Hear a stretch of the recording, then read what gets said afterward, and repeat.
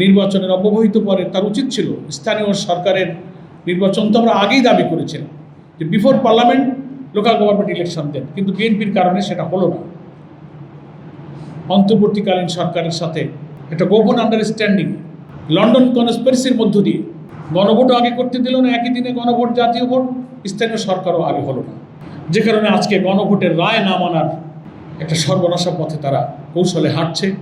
সংবিধান সংস্কার পরিষদের রাষ্ট্রপতির আদেশকে অ্যাভয়েড করে, আইন ভঙ্গ করে, পার্লামেন্টে অন্যায়ভাবে সংবিধান সংস্কার না করে সংশোধনের নামে একটা প্রহসনের পরিকল্পনা তারা করছে।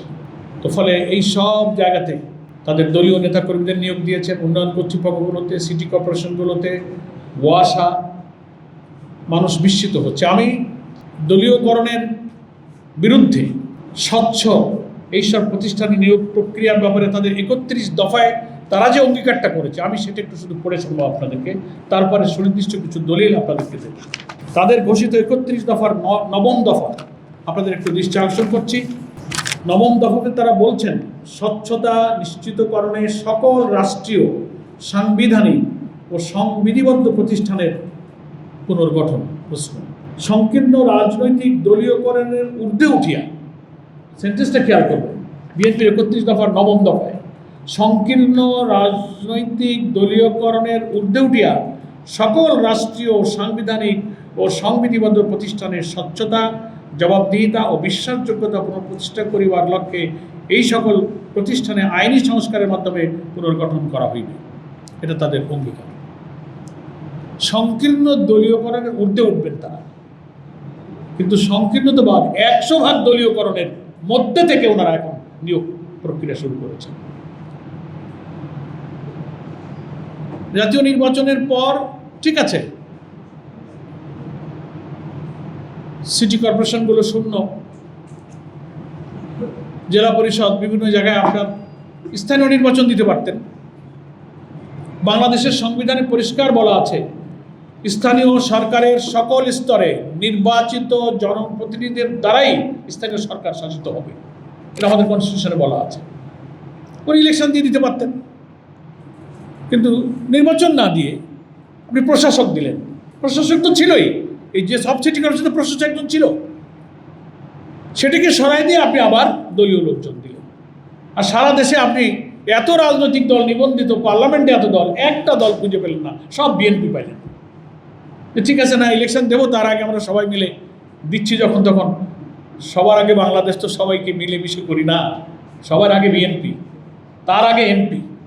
এগুলো হচ্ছে 31 দফার 9ম দফায় ঘোষিত সংকীর্ণ রাজনৈতিক দলীয়করণের ঊর্ধ্বে উঠিয়া।